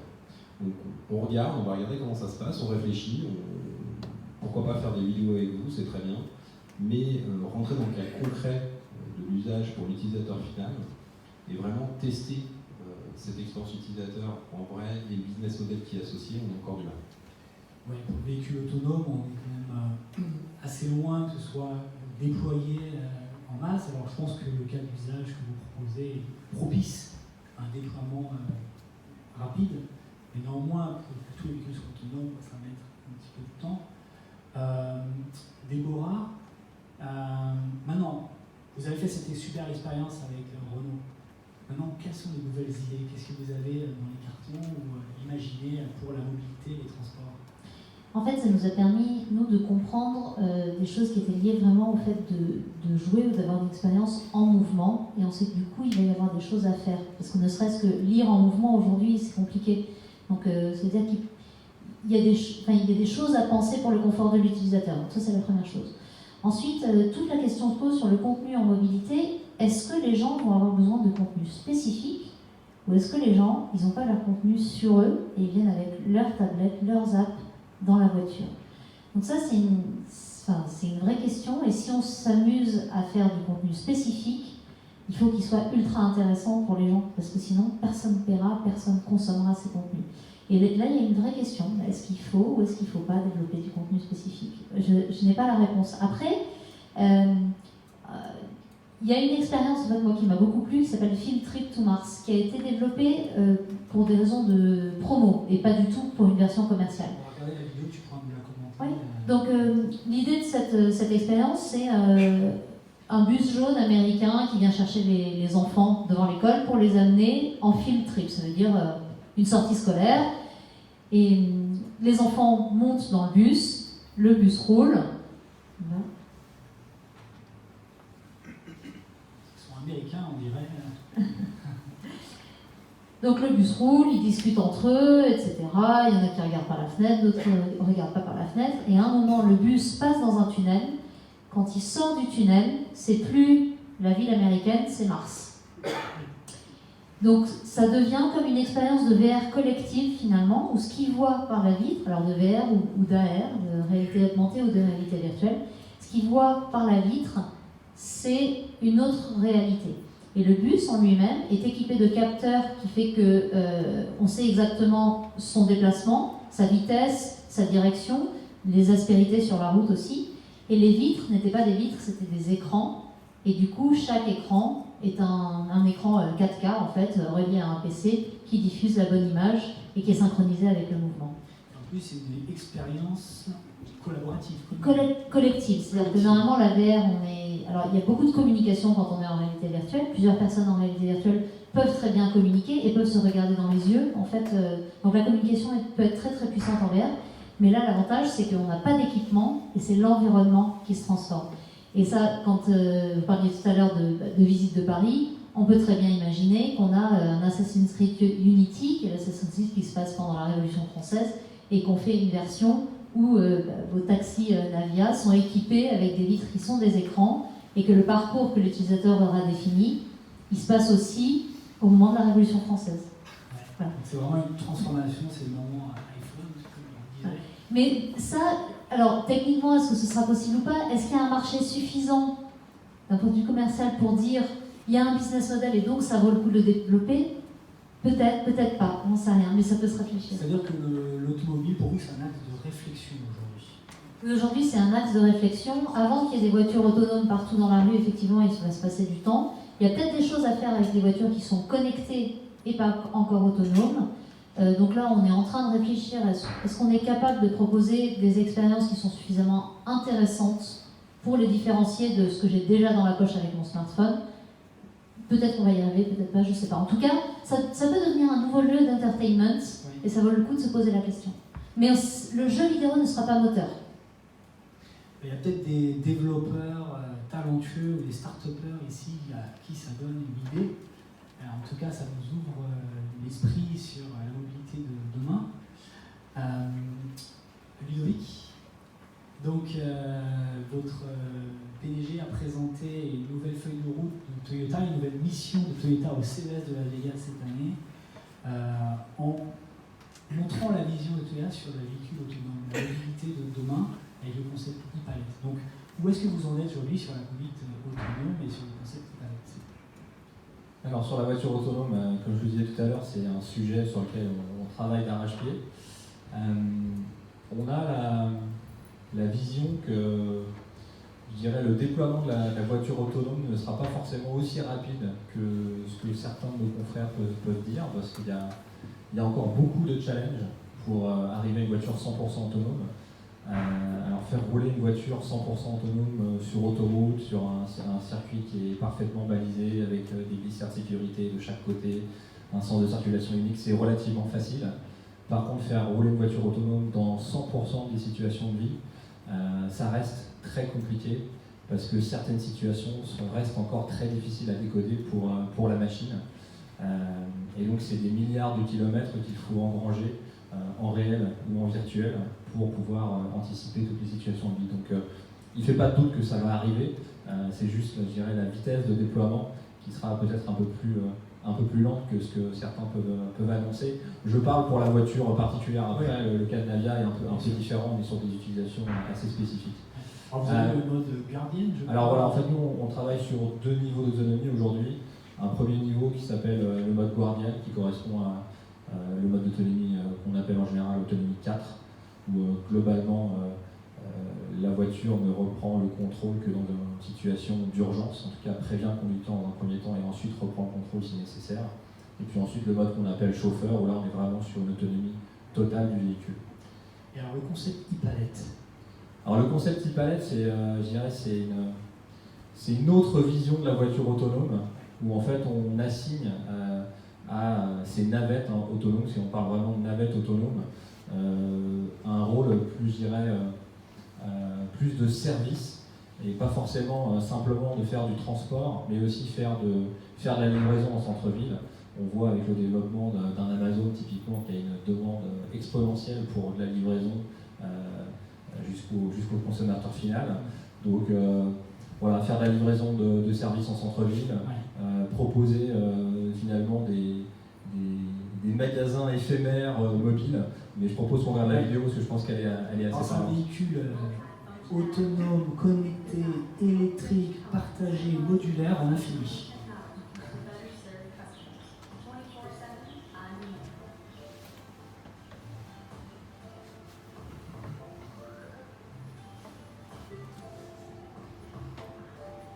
Ça c'était au CES de Las Vegas cette année. Donc c'est au Shuttle. Donc là, c'est pour livrer des repas et en même temps transporter des personnes. Ouais, exactement. Et en fait, l'idée c'est que finalement ces navettes autonomes, elles vont pouvoir changer de mission au cours de la journée en fonction des besoins.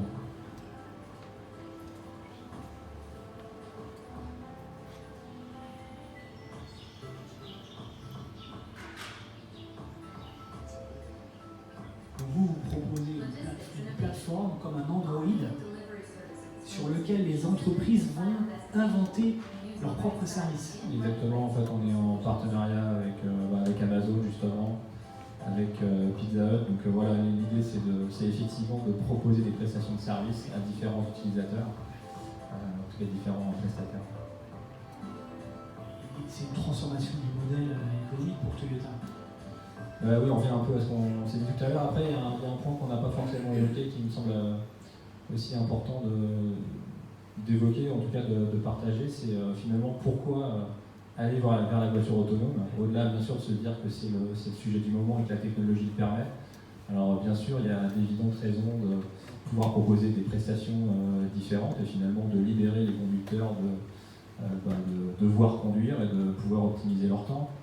On sait très clairement que certains opérateurs comme Uber, c'est leur rêve absolu et ils travaillent à fond là-dessus parce que dans leur modèle économique, demain pouvoir se passer des chauffeurs, c'est à la fois se passer de problématiques humaines mais surtout de réduire leurs coûts de manière drastique.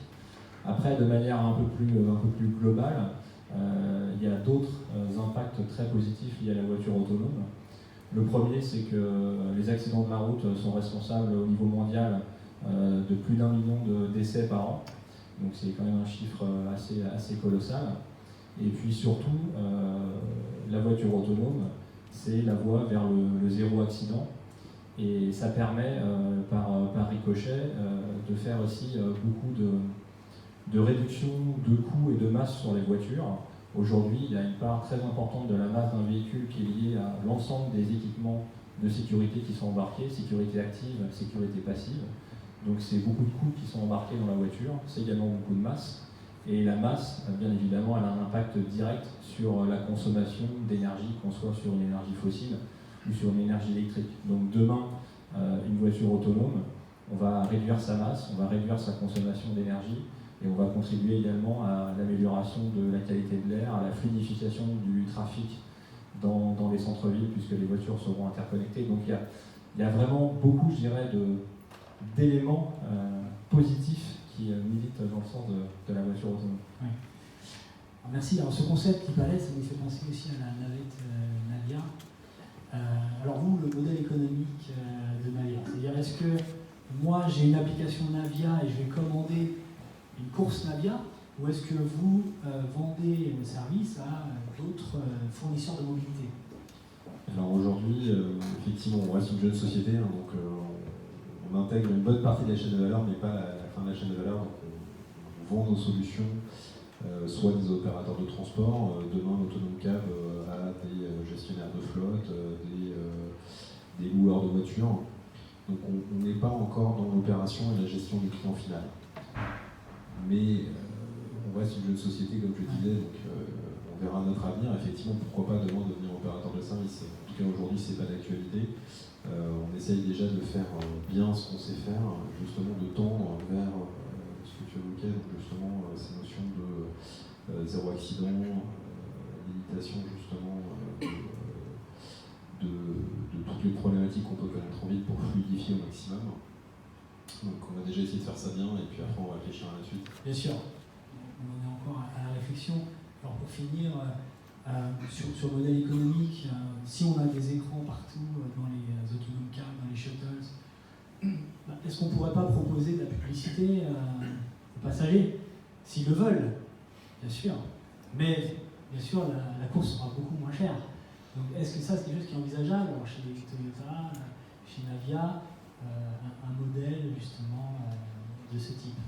Alors, je pense qu'aujourd'hui c'est encore un peu tôt pour répondre.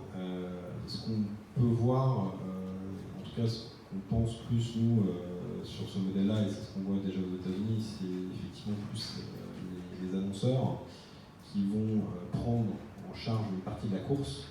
Demain, si on est dans une notion de mobilité de service, l'annonceur, pour vous faire venir chez lui, prendra une partie de la course et réduira votre facture. Par exemple, un annonceur un grand magasin, j'en sais rien, pour les fêtes de Noël, plutôt que d'aller justement à Vélizy. Galerie Lafayette. J'en sais rien, voilà. Restaurant, si vous choisissez un restaurant plutôt qu'un autre, vous avez un discount sur l'addition. Exactement. Ouais, très bonne remarque. C'est passionnant. Alors, est-ce que vous seriez prêt à prendre un taxi gratuitement en échange de devoir consommer de la publicité jusqu'à l'aéroport Roissy-Charles? Est-ce que vous le feriez? Pourquoi pas? Il faudra essayer. C'est-à-dire qu'en Chine, c'est déjà essayable et c'est insupportable. Voilà, on a un témoignage ici, merci. Et c'est pas gratuit. Alors on a de la publicité dans les transports en commun, hein, on a déjà plein de publicités. Donc en effet, c'est un modèle qui va apparaître. Il y en aura pour tous les goûts. Hein, si vous voulez payer dans la publicité. Là, ce qu'on évoquait à l'instant, c'est quand même un peu plus malin que juste diffuser de la publicité. Vous y gagnez quelque chose, enfin tout le monde est gagnant dans l'affaire. Je pense qu'on va connaître aussi une révolution à ce niveau-là, c'est-à-dire que la simple publicité telle qu'on pouvait la connaître, et aujourd'hui on peut sentir à certains moments des manques d'efficacité, hein, on le voit tous en tant qu'annonceurs aussi. Forcément il va falloir aussi à ce niveau-là se réinventer, les solutions de mobilité évoluent, donc à nous aussi en tant qu'annonceurs et puis diffuseurs de publicité, de réfléchir ensemble pour créer aussi des nouveaux modèles qui correspondent à ces nouveaux systèmes de mobilité. Pour nous on est vraiment dans cette approche-là. Merci. Je pense que vous avez des questions. Je vois certains qui réfléchissent. Mathieu. Vous pouvez vous passer le micro. Bonjour, Mathieu Husser, Virtuo. J'ai plutôt une question pour Ludovic Biet au sujet de...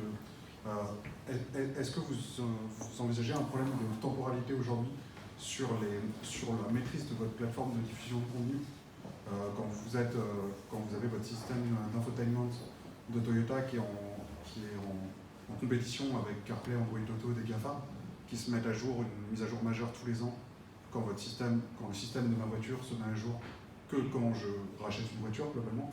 Est-ce que vous avez des offres là-dessus, vous avez une réflexion là-dessus sur l'évolution autour de ça?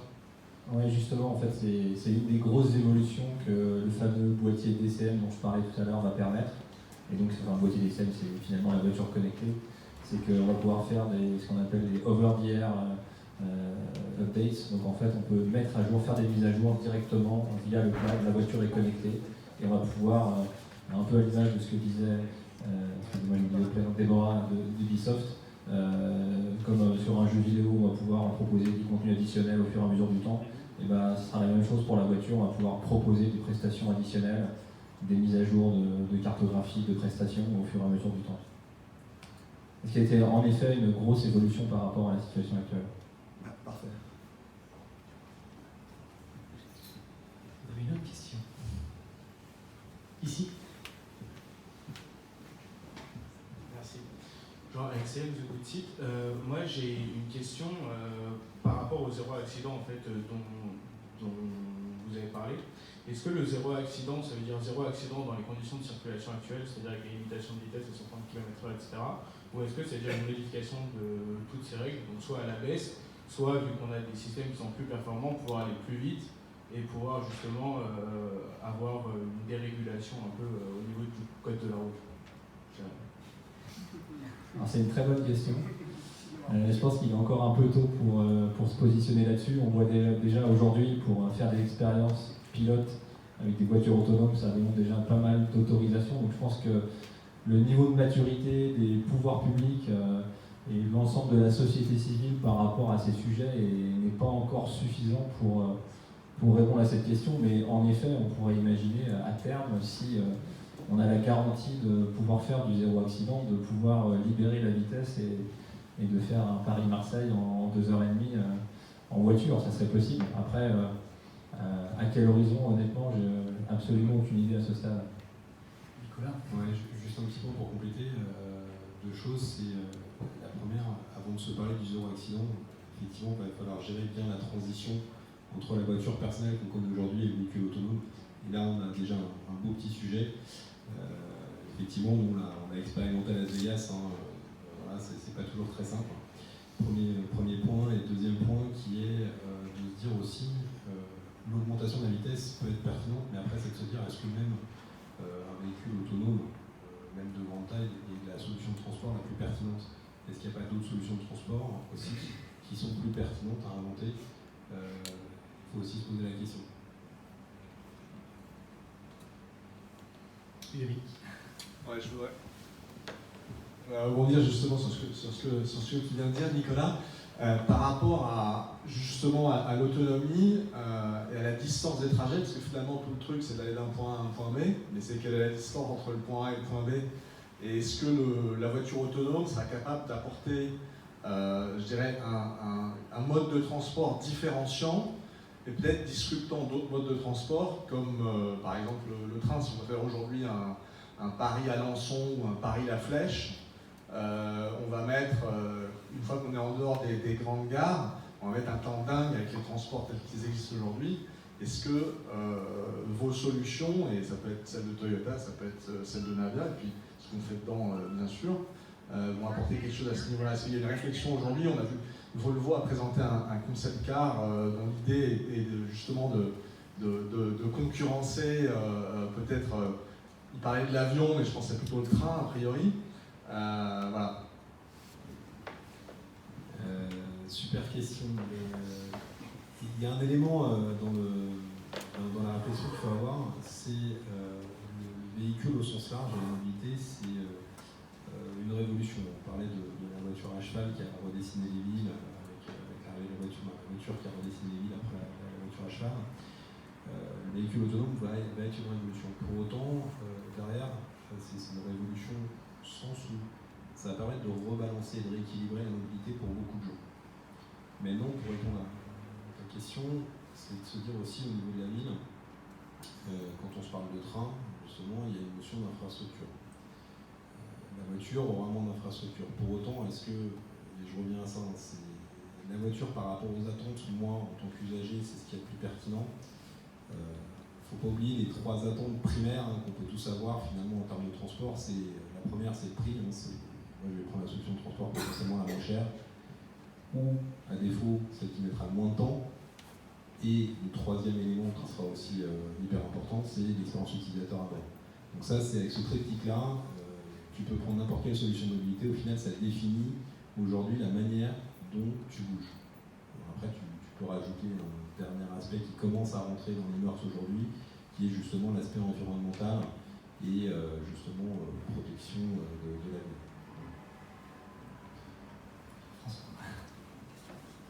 C'est une question assez simple. En fait, je suis assez surpris par le fait de dire qu'il y a un Toyota qui dépense 5 milliards d'euros par an sur la partie autonome, nouvelle mobilité. Et à côté de ça, une boîte de 200 personnes qui en un an a réussi à lancer des navettes autonomes sur la route, qui fonctionnent aujourd'hui, qui sont dans plusieurs pays. Comment vous avez fait pour essayer par rapport à des gros mastodontes comme Toyota? Alors c'est toujours très compliqué de répondre, on a souvent la question, c'est pareil, c'est comment vous avez fait pour, si ce que vous avez fait est vrai, comment ce que vous avez fait avec aussi peu d'argent. Un des éléments de réponse, en tout cas qu'on donne souvent, c'est bien évidemment quand on est plus petit, déjà on est plus agile. Et après l'autre élément, c'est plutôt que de linéariser l'ensemble de la chaîne de valeur, on l'a verticalisé, ce qui permet en fait de fonctionner de manière itérative. Je m'explique, c'est-à-dire que ce soit sur la partie hardware ou software, les équipes travaillent en commun au quotidien et avec la partie opération. Donc, ce qui permet d'avoir un retour du terrain, vous l'implémentez, que ce soit sur le hard ou sur le soft, de manière automatique, ce qui permet de gagner en termes de cycle beaucoup de temps. Et de même, le fait de tout internaliser nous a permis aussi de gagner beaucoup de temps, parce que vous n'avez pas justement des sociétés diverses et variées qui peuvent avoir des calendriers différents pour des raisons sûrement très bonnes pour l'une comme pour l'autre, mais qui font que justement ça ralentit votre calendrier. Et c'est ce qui nous a permis justement d'avoir sur chacune de nos plateformes un temps de développement d'un an, ce qui en moyenne, je pense, chez vous à peu près autour de 5 ans, quelque chose comme ça. Parce que chez Navia, vous développez l'ensemble, le véhicule, l'électronique, l'informatique. On fait vraiment, sauf l'amont, c'est-à-dire toute la partie justement sourcing, capteur et autres qu'on va justement chercher sur le marché, et la partie aval, comme je disais, la partie opération, mais tout le reste de la chaîne de valeur est géré en interne. Alors Ludovic, il y a un droit de réponse. Je pense que le point qui a été évoqué pour lui, c'est qu'en effet, je pense qu'une petite structure est beaucoup plus agile qu'un grand groupe industriel qui a des dizaines et des dizaines d'années d'histoire. Après, l'autre point, c'est, et je ne veux pas être désagréable vis-à-vis de mon collègue de Navia, mais Toyota est une entreprise qui a une culture, je dirais, très prudente, et les Japonais sont des gens qui sont très prudents. Et toutes les solutions qu'on met sur le marché, on les valide et on les valide.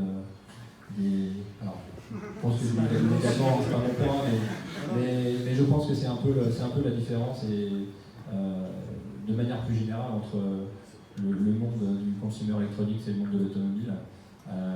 on a des modes de fonctionnement, des modes de développement où, compte tenu, je dirais, des enjeux en termes de sécurité vis-à-vis de nos clients, et on voit l'impact que peut avoir une campagne de rappel quand il y a un souci sur un véhicule. Donc on est très prudent. La voiture autonome aujourd'hui, elle existe chez Toyota à l'état de prototype.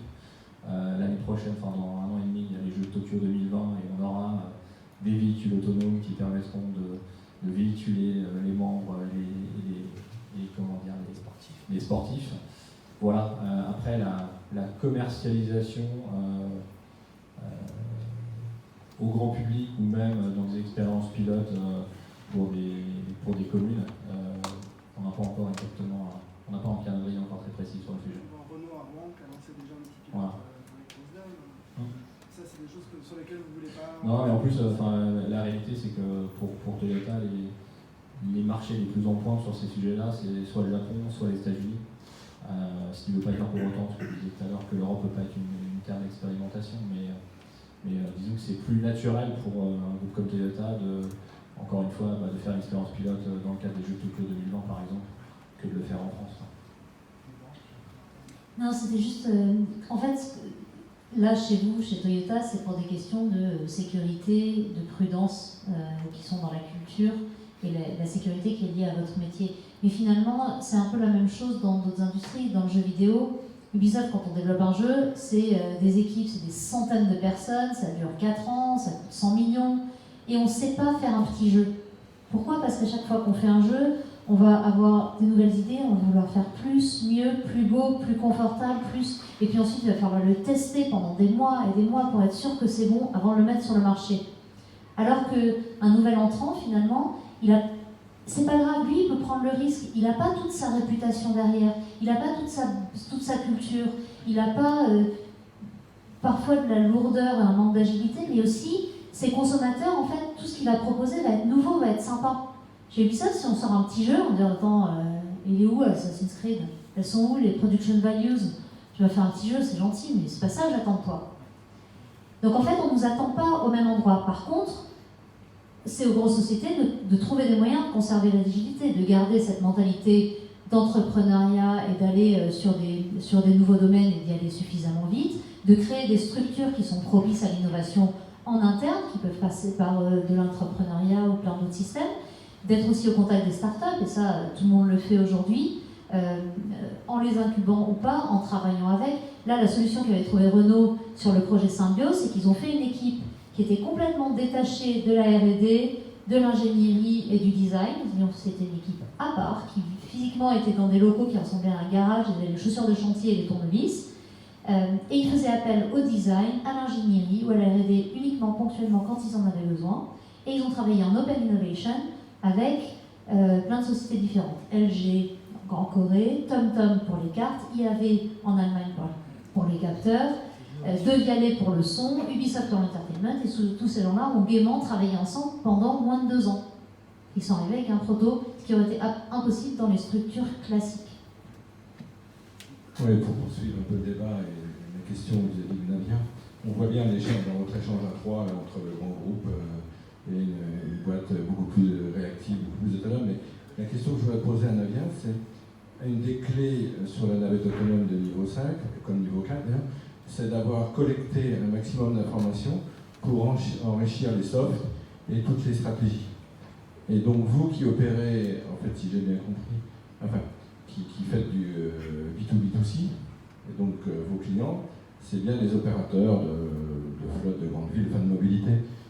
Quand vous vendez, entre guillemets, le terme n'est peut-être pas propre, mais un service, la plateforme plus le software, vous avez le droit enfin vous exigez que la plateforme vous remonte toutes ces informations d'expérience. Comment ça se passe en fait? Dit autrement, vous ne pouvez peut-être pas rentrer dans la confidentialité, mais comment vous faites pour avoir un feedback le feedback qui est la clé en fait des feedback. Roulage qui va être la clé de la voiture autonome. De manière très simple, on est sur un véhicule connecté. Donc en fait, n'importe quel véhicule qui tourne aujourd'hui est supervisé. comme peuvent l'être aujourd'hui les bus, les métros. Sauf que c'est un centre de supervision aujourd'hui, une connaissance en fait qui est propre à Navia, parce que c'est nos softs qui sont à l'intérieur. Par contre, ce qu'on fait, c'est que justement, en fonction des clients, on a des clients qui ont leur propre centre de supervision. Et donc on leur met à disposition une API pour qu'eux puissent justement superviser leur flotte s'ils le souhaitent. Une on a API, d'autres qu'est-ce clients. que c'est? Une API. Une API, c'est juste en fait un lien qui permet de connecter les données du véhicule avec leur centre de supervision. Donc c'est juste un tuyau qui permet de faire passer la donnée. Et après, on a d'autres clients qui, eux, ne savent pas gérer aujourd'hui de flotte, ne connaissent pas ça, notamment sur des sites privés. C'est pas parce qu'on est sur un site privé et qu'on a 5-6 véhicules qui tournent. Il faut quand même qu'ils soient supervisés. On ne sait jamais aujourd'hui ce qui peut se passer et il peut y avoir besoin justement d'anticipation de la maintenance. On parlait de la maintenance prédictive tout à l'heure. C'est pareil, on a besoin de le savoir. Et donc pour ça, justement, on a nos centres de supervision connectés 24 heures sur 24, 7 jours sur 7. Et donc les véhicules nous remontent la donnée en permanence.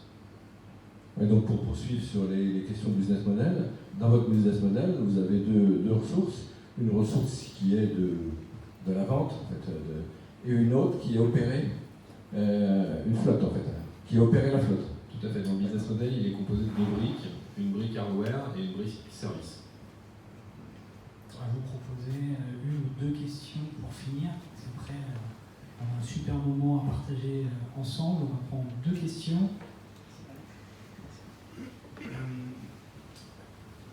Je me trompe peut-être, mais j'ai le sentiment que jusque-là, à chaque fois qu'on a innové dans la mobilité, on a innové en partant des villes et ça s'est propagé ensuite au niveau rural, etc. C'est-à-dire que le train, on liait des villes, l'avion, on a lié des villes, la voiture, elle s'est développée en ville, etc. Est-ce qu'avec les voitures autonomes, il ne faudrait pas prendre justement le chemin inverse et se dire il faut commencer par la campagne parce que c'est là où ce sera le plus simple et c'est là où ils en ont peut-être le plus besoin aussi parce que c'est là où on n'a pas de chauffeur, on arrivera à lier les choses pour ensuite l'amener en ville. Enfin, est-ce que justement il n'y a pas une révolution aussi à ce niveau-là? Je me trompe peut-être, hein, je sais pas, c'est une intuition. Alors, sur l'histoire de la mobilité, là-dessus je ne pourrais pas répondre. Non, par contre, ce qui est une évidence, c'est oui, l'enjeu en zone rurale est réel. Maintenant, on le voit au niveau européen et même partout. On a de grosses demandes justement pour accéder au niveau rural et déployer nos solutions en zone rurale. Maintenant, on a encore des défis technologiques. Nos solutions tournent, elles roulent. Maintenant, elles ne roulent pas dans toutes les conditions. On n'est pas encore ce qu'on appelle le niveau 5, donc capable de rouler vraiment toutes les conditions possibles. Donc il y a encore des défis techniques à relever. Pour autant, l'évolution de la techno va nous permettre à la fin de l'année prochaine de vraiment pouvoir déployer dans ces zones-là. Donc on va commencer à avoir des premiers pilotes dans des zones qu'on peut appeler rurales, mais en fait c'est surtout en zone rurale. Moi ce qui est surtout intéressant, c'est de pouvoir relier par exemple deux villages en France ou même ailleurs. C'est vraiment cette notion de rapprocher et de gestion une fois de plus de ce maillon de la chaîne. Et on sait qu'il y a des demandes. Après, demain, au-delà de ça, et c'est là où je reparlais de justement le véhicule autonome sera une chance de rééquilibrer la mobilité. Maintenant, c'est est-ce qu'on sera à même de saisir cette chance-là, aussi bien acteur du privé qu'acteur du public. Le problème auquel ces villages sont confrontés en région, c'est aussi une question de modèle économique derrière. On reboucle après derrière sur les contenus et tout ce qu'on peut proposer autour et les modèles qui vont se générer derrière. Donc au-delà de la solution purement technique et de savoir relever le défi technique, de pouvoir le faire, besoin de mobilité dans ces zones-là, c'est est-ce qu'on va réussir aussi à trouver les modèles économiques qui vont permettre de desservir ces zones. Pour une dernière question. Alors, juste, Déborah, on s'était rencontrés lors des essais de symbiose, donc je confirme bien tout ce que vous avez dit sur l'expérimentation et c'était vraiment génial d'avoir le casque sur les yeux pendant qu'on roulait. Mais ma question est plutôt pour Ludovic. Vous êtes revenu très brièvement sur les essais à Strasbourg, cette flotte que vous avez mis en service à Strasbourg, à Grenoble. On sait que Toyota a aussi des vrais concepts d'autopartage qui fonctionnent en Italie. Et vous avez, avec ce DCM, le potentiel pour technologiquement offrir de l'autopartage. La loi LOM va changer les choses en France l'année prochaine, il y aura des opportunités. Quel est le niveau de maturité de Toyota sur ce sujet d'autopartage et quelles sont les ambitions du constructeur pour la France? Alors sur la France, je ne pourrais pas vous répondre précisément à ce stade parce qu'il y a, je dirais, il y a différentes discussions ou options qui sont discutées, mais clairement, oui, le sujet de l'autopartage est un sujet clé pour nous comme pour beaucoup de constructeurs. Vous l'avez dit, il y a une expérience pilote qui a lieu en Italie en ce moment, également en Irlande, basée également sur le nouveau système DCM. On a une expérience pilote qui a lieu sur l'île de Hawaï. Donc c'est le sujet du moment, parce qu'on sait bien que dans les centres urbains, la principale problématique, c'est d'une part l'encombrement, le manque de place de manière générale, et puis d'autre part, on sait tous qu'une voiture, 90-95% de son temps, malheureusement, elle est arrêtée, et donc elle ne sert pas, et pendant ce temps-là, elle se déprécie. Donc l'objectif pour les constructeurs, et je pense que c'est le cas pour Toyota, mais pour l'ensemble de l'industrie, c'est comment est-ce qu'on optimise l'utilisation des voitures, ce qui permet de fluidifier le trafic et de réduire également la facture pour le client final, puisque plus la voiture va rouler, plus on va je dirais, amortir son coût sur un nombre de kilomètres important. Donc voilà de manière un peu plus générale ce que je peux vous dire, mais je ne peux pas vous répondre spécifiquement sur la France. La voiture connectée autonome, est-ce que c'est la nouvelle plateforme des contenus, des médias et des expériences? En tout cas, on a quelques réponses ce soir, on a plein d'idées. Merci à tous les trois d'être venus, d'avoir participé. Merci à Céline d'avoir participé. Merci aux amis de chez Oath de l'accueil. Et en plus, ils nous offrent un super cocktail networking pour continuer les échanges. Je vous donne rendez-vous le 13 décembre chez Léonard. Bientôt, vous aurez la page d'inscription et je compte sur vous pour en parler autour de vous et pour vous revoir bientôt. Merci à vous.